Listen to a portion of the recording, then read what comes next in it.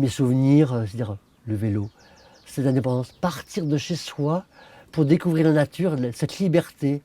Il n'y a pas les parents, je peux découvrir le monde. C'était tout con, tout bête, mais voilà les premières choses. Aller ramasser les fruits, les noisettes, les châtaignes, les plantes, les œillets qui bordaient les allées et que je mettais le nez dans les œillets parce que ça sentait bon. Les toilettes, c'était des toilettes dans le jardin, quoi, sans éclairage, sans machin. Il fallait les vider. Elles étaient vidées dans le jardin avec une espèce de... Alors c'était le truc, bah, le truc désagréable du jardin, quoi. J'ai commencé à travailler à l'âge de 16 ans comme menuisier. J'ai passé un CAP de menuisier. Et puis premier métier, une entreprise de menuiserie. Et je suis resté 7 ans avec l'année d'armée pour couper la... Je trace mon sillon. À un moment, j'avais l'impression que dans ma vie, quand j'étais plus jeune, à 20 ans, perdre mon temps. Ça m'amusait d'essayer de marcher pas au pas, justement. Le petit mouton noir qui, dans le lot, qu'il fallait apprendre à marcher au pas, apprendre des chants militaires en cadence. Mais quelle connerie! C'est pour s'apercevoir finalement que on peut, si on a des envies, il faut compter sur soi-même. Et il fallait que je change. C'est là que j'ai fait changer de métier pour faire une formation de bûcheron, pour après me faire embaucher par l'Office national des forêts. Et puis voilà, c'est comme ça que l'histoire du début dans le forêt. Donc au départ, je suis arrivé comme bûcheron, donc je coupais les arbres. Maintenant, il y a plus de conscience dans les actes par rapport aux arbres, quoi. Donc je peux leur parler.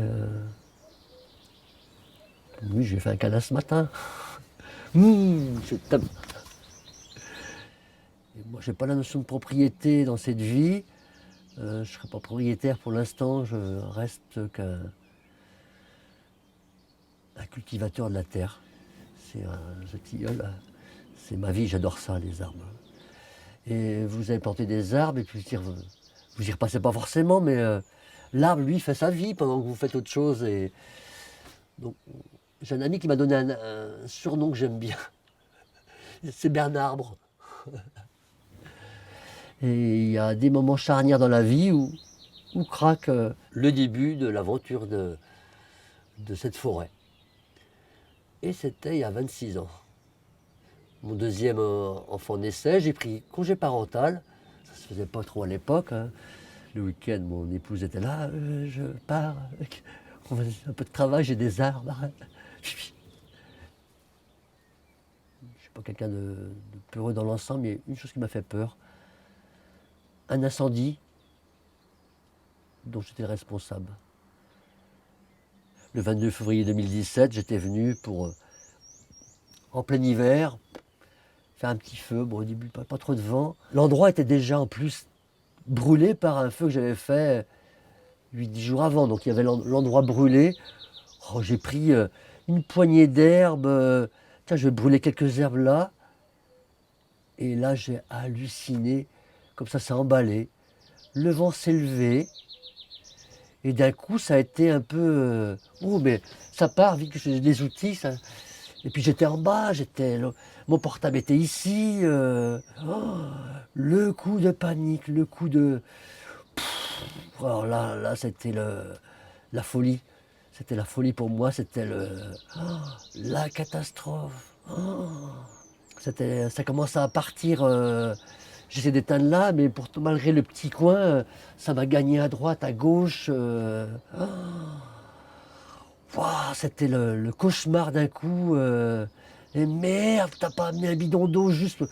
J'aurais mon bidon d'eau à côté du feu. Alors, j'ai fait des feux à l'ONF pendant. Et là, le feu, il est parti. J'ai dit, mais là, tu vas pas pouvoir gérer, là. C'est pas possible. Courir pour arriver jusqu'au portable, c'était la folie, quoi. Là, j'ai fait. C'était un peu. Là, c'est la catastrophe. Où là, la panique. Où je suis arrivé ici, le cœur palpitant, boum boum. Il va sortir mon cœur là. Faut que tu appelles les pompiers. C'était comme ça, j'étais là. Ah, le temps, ah, le temps. J'en pouvais plus. Bon, attends, faut que tu reprennes ton souffle parce que ça va pas faire tellement j'avais une pression. J'arrivais pas à appeler. Il a fallu souffler, souffler. J'arrivais pas à reprendre mon souffle tellement je. Appeler les pompiers. Ah, c'était là, la chamade qui battait. J'ai créé un incendie. Je vous appelle, c'est pas une blague. C'était la course et j'ai trouvé que c'était interminable. Le temps que les pompiers viennent, mais le temps que vous appelez, qu'ils enregistrent, pouf, enfin, c'est une base qui appelle hop, quelle est la situation, la première caserne, après ils appellent, ainsi de suite. J'ai rappelé pour le dire, mais j'ai appelé tout à l'heure. Vous êtes sûr qu'ils sont partis? Parce que j'entends rien. Vous avez presque les minutes qui passent, mais ils vont pas venir. Et mon feu il gagne et le vent se lève. Et je vois des flammes. C'est le cauchemar. Le cauchemar. J'étais là-haut, alors je dis en plus ils vont pas trouver. Pour trouver ici la parcelle, ils vont se planter. J'étais obligé de partir de la parcelle pour aller en haut du terrain. Je dis putain, mais t'es en haut du terrain et le feu il crame, tu pourrais être en bas, mais si tu vas en bas arroser, essaie de faire à ton niveau. Mais les pompiers après ils vont se planter, ils vont pas aller sur le bon chemin. Et là c'était un cauchemar d'attendre le camion de pompiers là-haut, vraiment franchement c'était. J'ai dit mais le temps qui vienne, ça m'a paru interminable, le temps qui vienne, ce cauchemar. Le feu a plaqué, donc il a fait chalumeau géant, quoi, dire où il y avait des genévriers, ça fait. Et donc de voir ça brûler, oh là là, oh là là. Je reçois d'un coup de fil d'un pote, j'ai entendu qu'il y avait le feu à Trelin. Oui, mais c'est pas le moment de m'appeler, c'est moi le responsable, oui, oui. Par la suite, il m'a dit que c'était passé à Europe 1. Oh mon Dieu.